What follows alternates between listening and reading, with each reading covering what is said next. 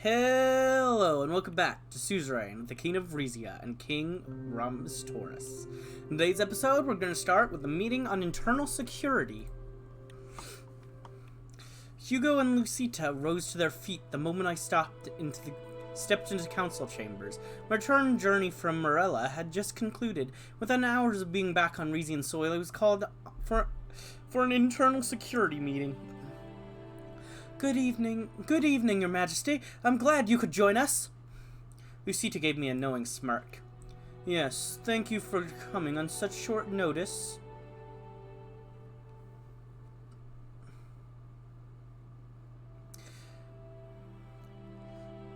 Fine, let's get to it. I sat in my designated seat at the head of the table.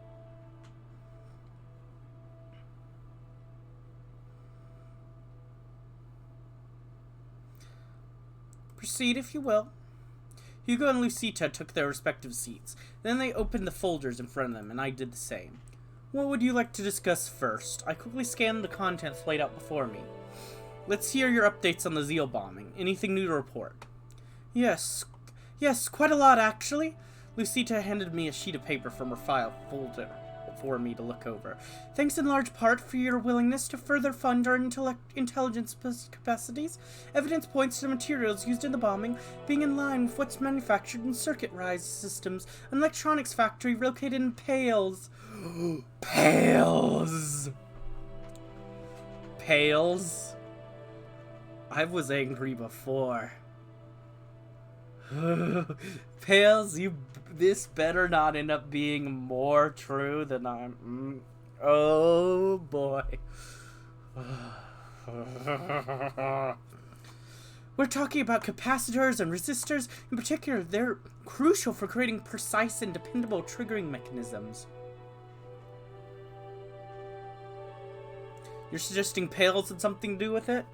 Not suggesting, I'm telling you that they did. It's clear act of aggression against our kingdom.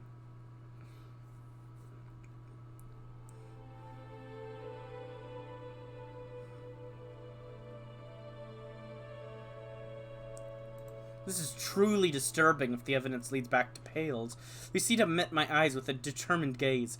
This evidence is irrefutable, and their provocation behavior regarding the Aurelius gas field only underscores their intentions. But why would Pales do it? What would they have to gain?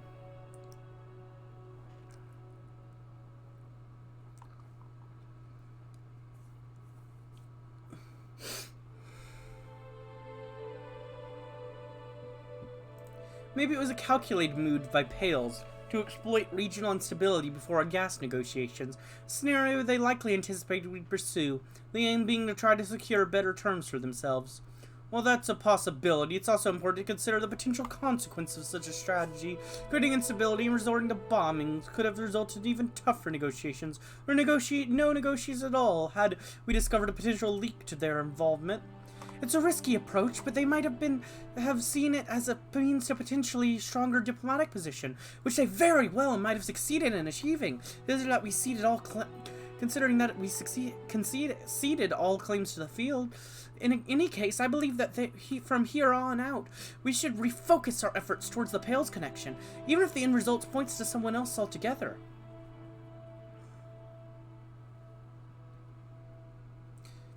Yes, refocusing our efforts towards the Pales connection might very well be our best course of action. Excellent, I'm glad to hear it. Sorry, but I'm not convinced. Such a shift in priorities could only damage our relationship with Pales. I don't care, but also create tension throughout the region, when our main focus should be on ending the occupation of Zeal. And that's not even factoring in how this would be seen domestically, where ardent supporters of Zeal liberation would rally against such a move. By ardent supporters, you're referring to Duke of Izza and Suamino, I presume? Yes, they are among the supporters in the question. Nonetheless, just to say the word, Your Majesty, and I'll immediately direct our efforts towards a more extensive investigation of Pales. Let's do it.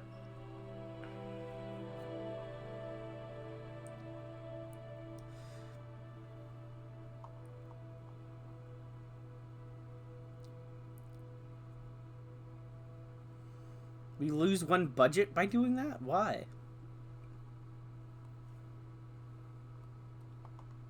I understand your concerns about Welland, Hugo, but I believe we have no other choice but to shift focus to make Pales our #1 priority.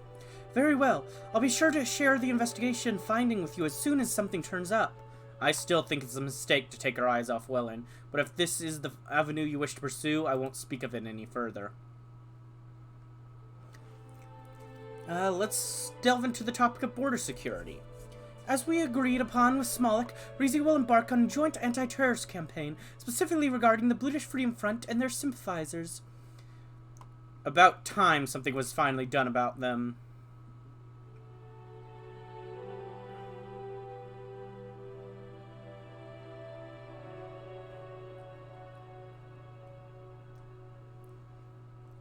I wouldn't have it if I didn't have a choice.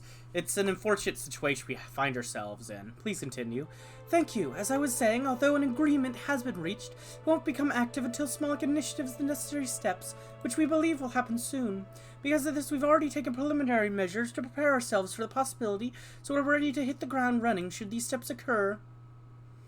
Such as? First, by ensuring that our border guards have all the necessary resources at their disposal so that they may carry out their duties without hindrance.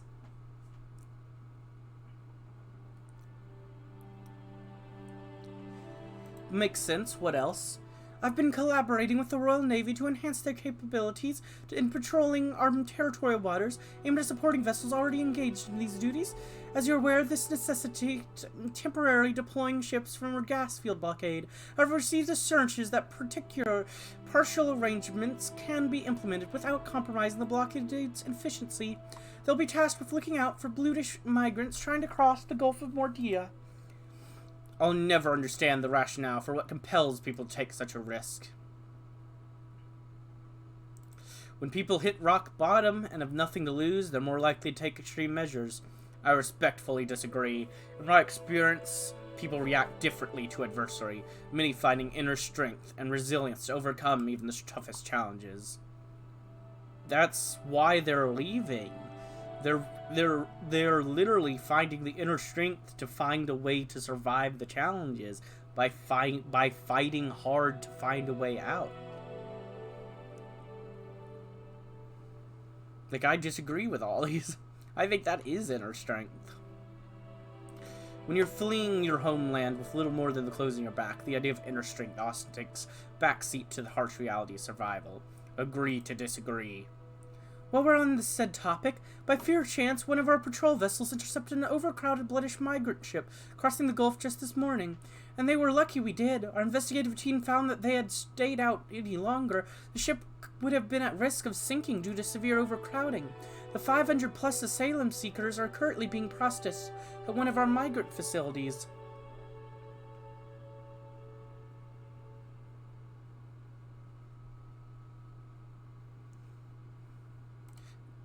Thanks for the update. It's good they were intercepted in time. Certainly, but it's important to consider long-term solutions to prevent such situations. Having covered that, I believe I've touched upon all the key aspects of this issues. I expect you have some news for me regarding Izza. Your Majesty, the situation in Izza remains fraught with challenges. Your decision to elevate the status of the Wessex population has certainly won the Crown's supporters in little wordswiths. Unfortunately, that has done little to curb tensions. In fact, it's emboldened migrants to openly defy the police. My son has been overwhelmed trying to restore order. His men are stretched to their limit. Usita jumped in. Unfortunately, Your Grace, I believe your son is part of the problem. With the Duke's public support of Suomino, the group has become even bolder. We're seeing increased violence, and there have been reports of clashes in the street.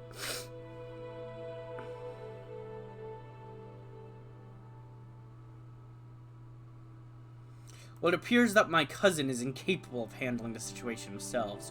My son's ability to govern is without question. It is a lack of resources that hinders him. Something must be done about this. The provincial police and Brennans have offered their cooperation.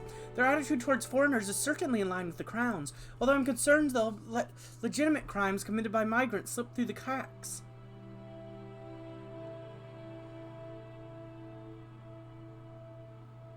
Riku's hardline stance isn't working. Perhaps a softer approach is called for. I wouldn't risk it, not with his current lack of order. I believe we should honor the Duke's request for reinforcements for the Central Police, without placing them under his direct jurisdiction. Hugo fixed her stare. And whose jurisdiction should they be under? Yours, I suppose? Well, yes, allowing my departure to take over law enforcement will leave the Duke free to focus on his other governmental duties.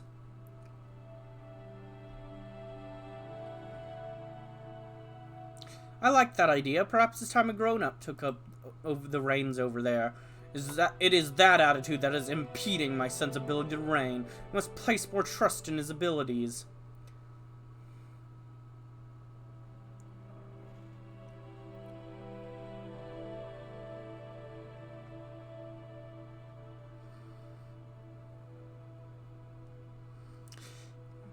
Yeah, we'll go with this.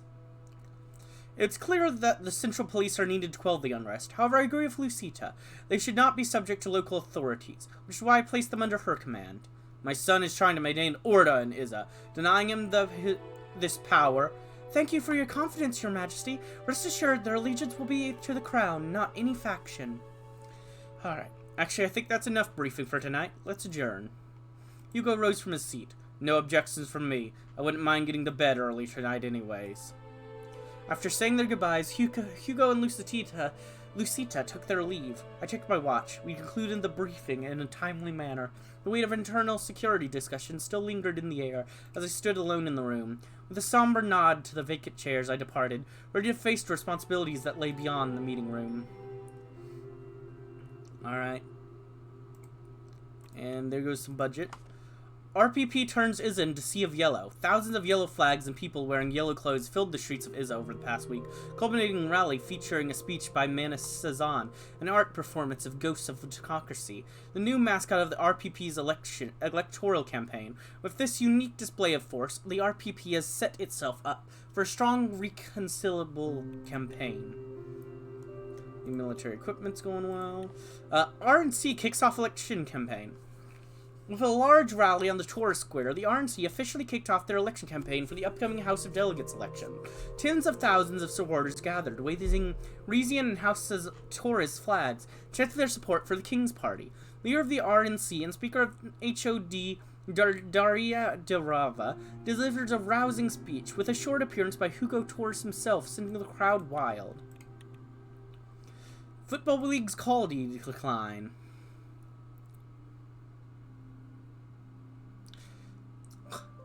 Wow, we're gonna lose money from football. The Rizian football industry, once a vibrant and culturally significant sector, is now downgraded.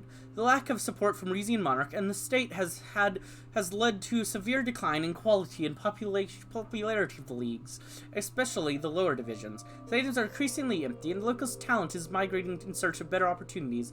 The dire situation poses a cultural crisis that threatens to erase a cherished part of Rizia's national identities.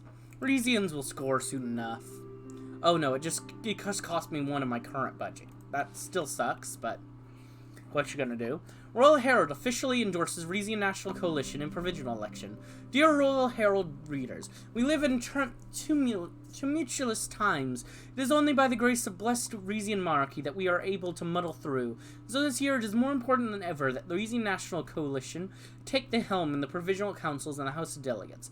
Only the RNC can be counted on to protect the values and traditions we hold dear, to safeguard the interests of hard-working landowners and commoners who depend on them.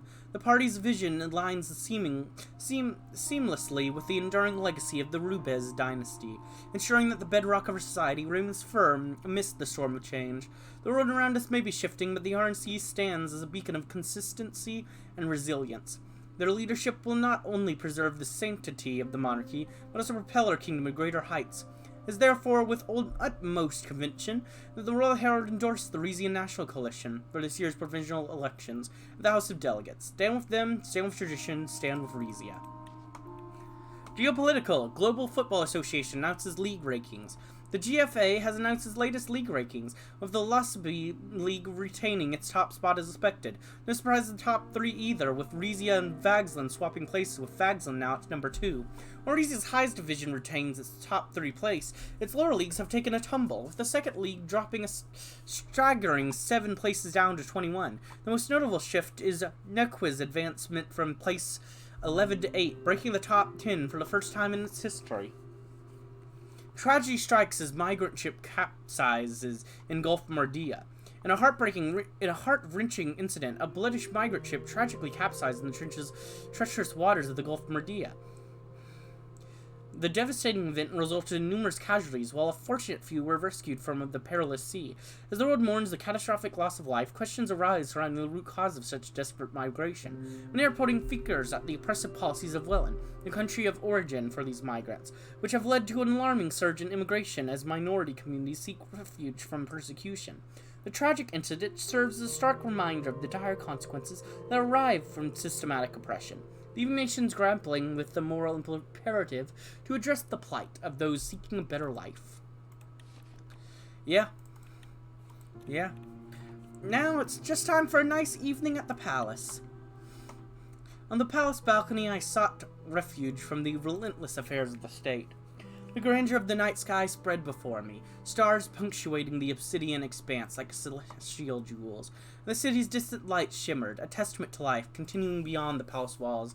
Amid the tranquil backdrop, I found a brief respite from the responsibilities that weighed on my shoulders. It was during this peaceful interlude that Lucita approached.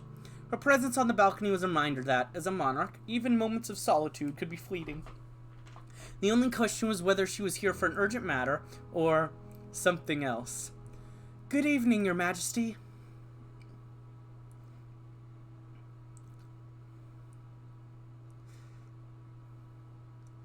Lucita, to what do I owe the pleasure? This pleasure happens to be the information you request about your father's death. Business only, it seemed. Please do tell. I'm eager to know what you've uncovered. Let me start by saying that I've made a good progress into who may be responsible. So I was correct in believing my father's ultimate and timely end was no accident? Yes, it seems you were right after all, and I believe I've narrowed it down to a handful of possible subjects. I'm afraid to ask, but who? Lucita discreetly glanced around, as if making sure there was no one else with us. My initial list comprised 5 individuals: Captain Gordian, Grand Wiseness and Nagus, your butler, your uncle, and your mother.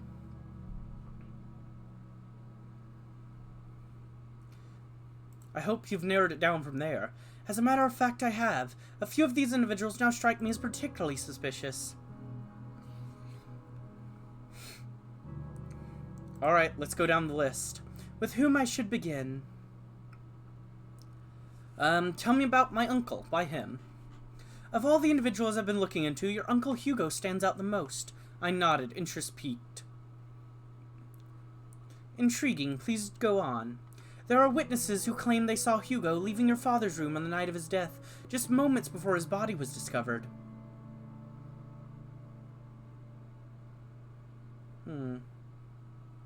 Leaving his room. This is news to me.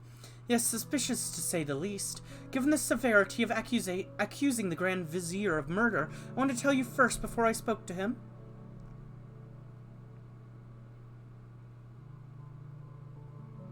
I'm glad you did. If what you're saying is true, we must handle this delicately. I need to know everything you've discovered regarding my mother's whereabouts on the night of my father's passing. Your Majesty, our investigative efforts have unveiled a rather unexpected revelation. It turns out she was not within the castle on that particular night. Well, that's good, right? Not so fast, Your Majesty. This may come as a shock, but as it happens, she was attending a religious service just outside the capital, a Das Nurist service. Das Nurist? Are you absolutely sure? Absolutely. We managed to find credible eyewitnesses who were present at the Das Nurist Arch Sanctuary that night who can verify it. That's interesting.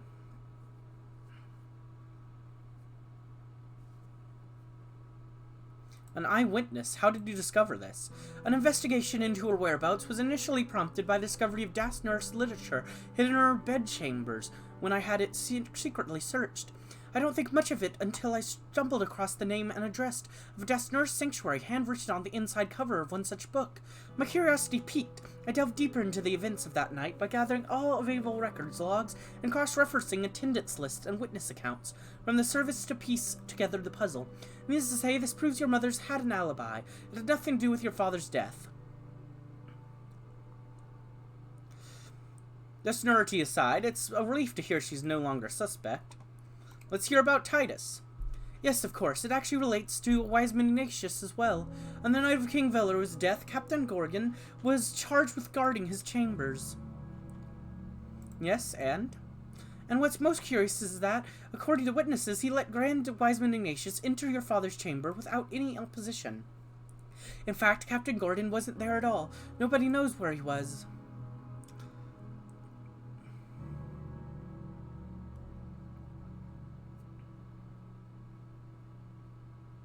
He wasn't at his post? That seems slightly irregular. It is, which raises questions about his loyalty and the circumstances surrounding the king's demise. Your Grand Wiseman's involvement in this matter is suspicious, to say the least.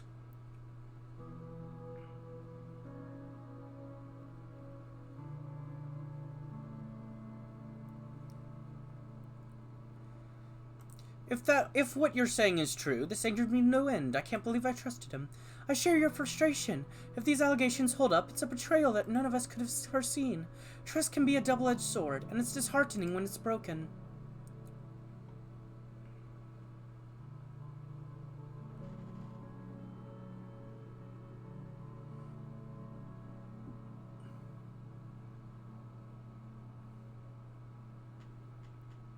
As for Sal, I still don't believe there were any inclining on malcontent in him. It doesn't make any sense. That's why it's important to get to the bottom of this. I want to hear about what you found about Grand Wiseman. Your Majesty, I have reason to believe that the Grand Wiseman Sal may have had a motive to harm King Valero. His visits to the king's private chambers were frequent, and on the night of his death, Sal was there. This is disconcerting news. Please elaborate on the suspected motive. As you know, King Valero's decision to suppress the minority religions of our kingdom was met with resistance by many, including the Grand Wiseman. As the kingdom's counselor on religion, he strongly advocated for individuals to freely practice their chosen faith. My fear is that Sal may have feared the king would eventually come after him as well. The idea being, if the king goes after one religion, was to stop him from going after another.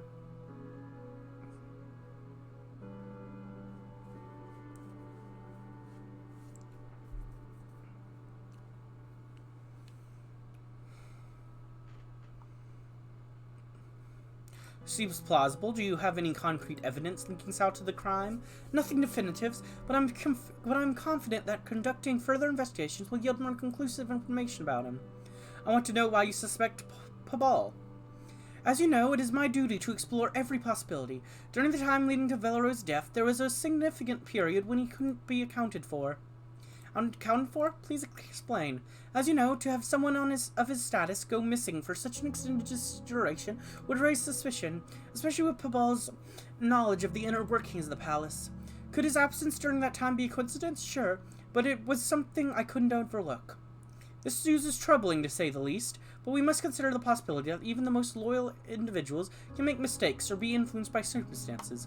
Which is why you'll be glad to know that after a thorough investigation, we've determined that Pabal has a solid alibi, which clears him of suspicion.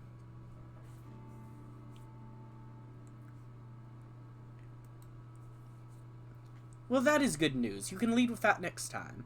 My apologies for the delay, Your Majesty. As previously mentioned before Valero's death, there was a notable amount of time when we couldn't establish his whereabouts. After extensive interviews with the palace staff, it was determined that he spent that time in the wine cellar. Some suspect him of having a secret rendezvous.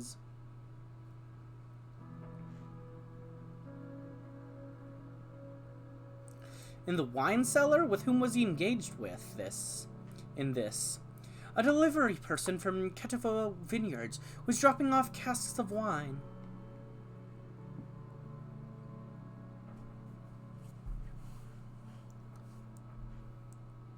Well, I'll see to it that she's reported for indiscreet aggression. The Kadavas should know about our irresponsible actions.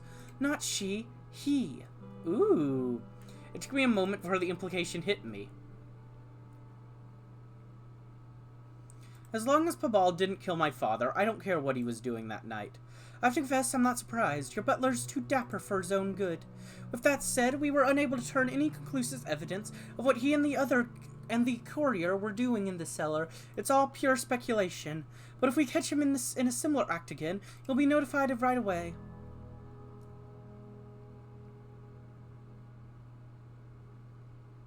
No need to raise an alarm because of some palace scuttlebutt. I'll ask Pabal about this myself. That's your prerogative. In any case, Pabal is innocent of murdering His Majesty King Valero at least. I've come to my decision.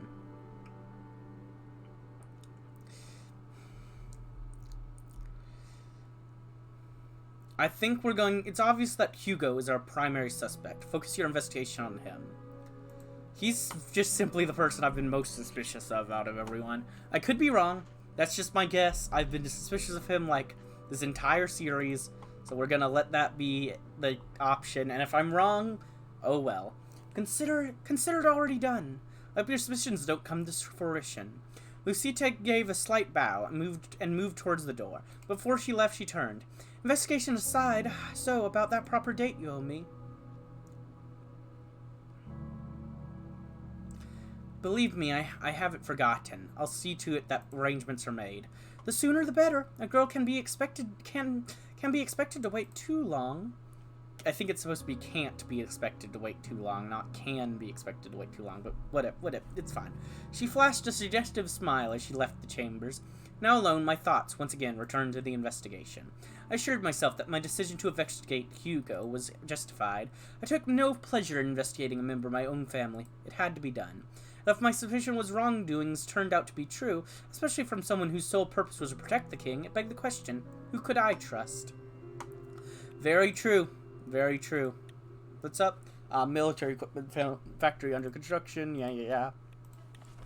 Opposition figures lodged complaints against Rizian Radio. At the Rizian Radio central broadcasting location of Jatar, several RPP figures have gathered to formally complain about the dominance of RNC enjoys on the airwaves. The opposition claims that due all radio being state-controlled, there's no space for RPP viewpoints to be represented in an electoral campaign. Rizian Radio has already replied they will continue to broadcast RNC ads as before. Novazar. Former oil workers organized for RPP. The RPP has found an unlikely ally in the former Novazar oil field workers. The small predominantly native Rizian village has traditionally been a bastion for RNC support, but given the recent disregard for workers' right by the Crown and loss of jobs given the field's closure, that allegiance appears to be showing cracks as many are swayed by the arguments the workers bring forward regarding the need for political change. Iza. 250,000 to vote for the first time. Due to a combination of young population reaching the voting age and government's extensive naturalization program for foreign citizens, almost 250,000 citizens are expected to head to the polls for the first time in the upcoming elections. This provides a huge challenge for Electoral Commission, who are scrambling to get everything in order by the time voting comes. Fair. Electoral Commission recruiting poll watchers. In order to ensure a smooth election process, the Electoral Commission has put out a call for volunteers to help watch polls and count votes when the time comes. To reward volunteers, each of them will reward a medal for civic service to the country. Opposition figures have criticized using a volunteer system and expressed their preference for randomly picked citizens to do poll watching instead. Well, then we're just forcing people to do it. I don't love the idea of that either, to be honest. Like, jury duty's already annoying enough to people. Imagine them having to sit in, like, a hot room to do that. Like, they'd be, no one would have fun doing that. But anyways, I think this is a good time to go and end this episode. I'm excited to see what that call's about, though.